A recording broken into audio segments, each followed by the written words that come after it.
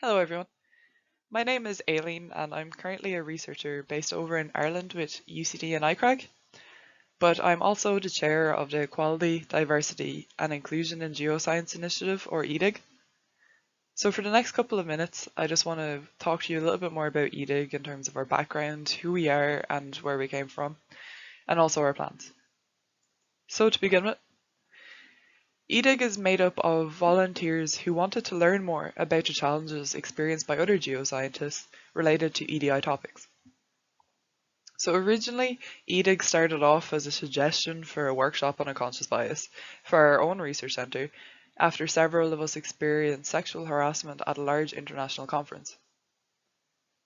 And so since the last year has moved to a virtual landscape, we saw it as a pretty good opportunity to expand outside of our own research centre and include more people in these conversations.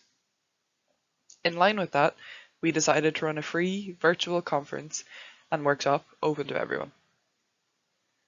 So this event was originally intended to focus on gender-based discrimination, as that's where the majority of our own experience lay.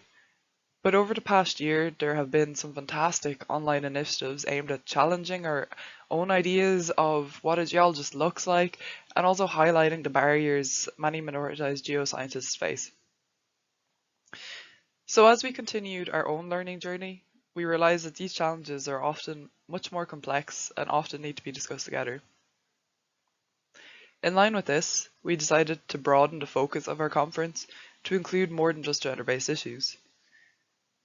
And while we were planning, we found that there wasn't really a lot of information readily available that discusses these topics together from an intersectional lens, with events focusing on usually just one aspect.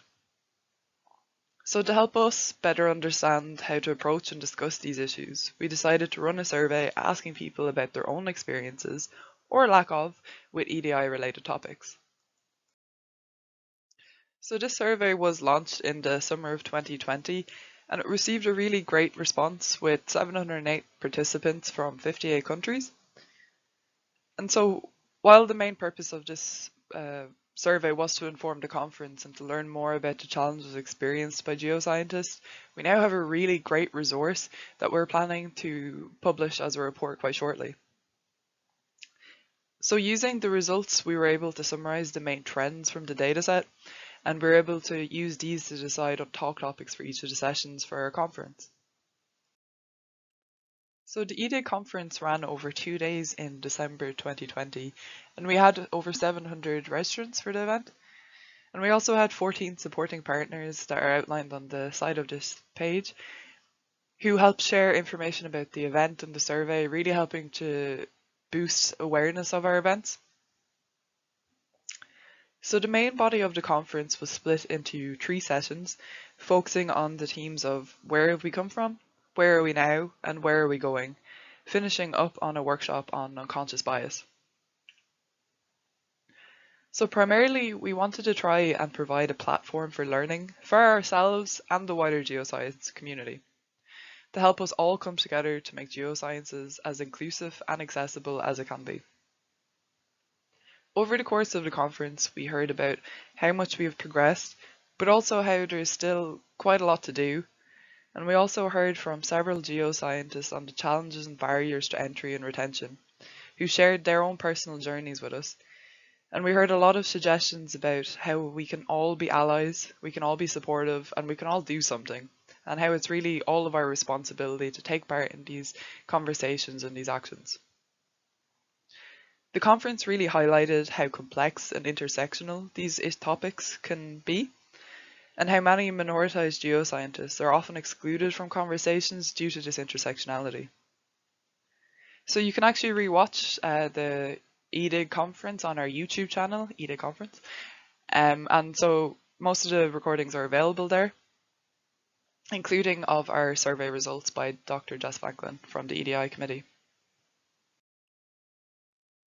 While EDIG was originally planned as a standalone conference, from the conversations that took place before, during and after the EDIG conference, we saw there is still a need for events and projects like EDIG, and so we've been restructuring and rethinking the focus of the project over the last few months, and we plan to update everyone on this pretty soon.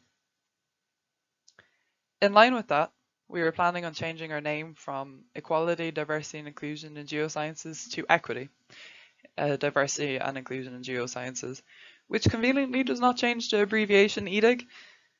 But this is mostly in response to several conversations we had with lots of different people and different initiatives. And so we feel equity is more representative of what we want to actually achieve. So moving forward, we want EDIG to act as a platform where different geoscience groups and geoscientists from all backgrounds can come together to discuss, learn about, and promote progressive action within geosciences to help make our community as inclusive, accessible, and equitable as it can be. So in line with that, we'll be focusing on events, networks, resources, and research. And to correspond with this, we're going to develop a website to collect all of these resources and different bits of information that we plan to launch soon. This is still in the planning stages, but we're hoping to update everyone on this, our updates and plans, quite shortly. So moving on from that, there's lots of other ways that you can get involved with EDI and geosciences.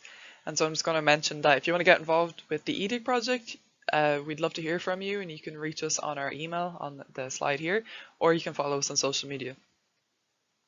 But there's a lot of other groups that are really active as well in terms of EDI, and they have a lot of really great resources and support and networks that you can join in with.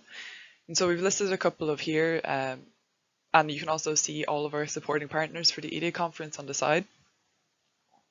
But I highly suggest checking out their web pages and seeing what they offer as well, because there's some really lovely communities that you can join here. So there's lots of other resources you can take advantage of, like different podcasts or blog posts and webinars. And just a reminder that the EDIG conference is up on YouTube and you can watch it in your own time. And so I'm just going to finish there, and I just wanted to say thank you so much for listening, and if you have any questions, please reach out.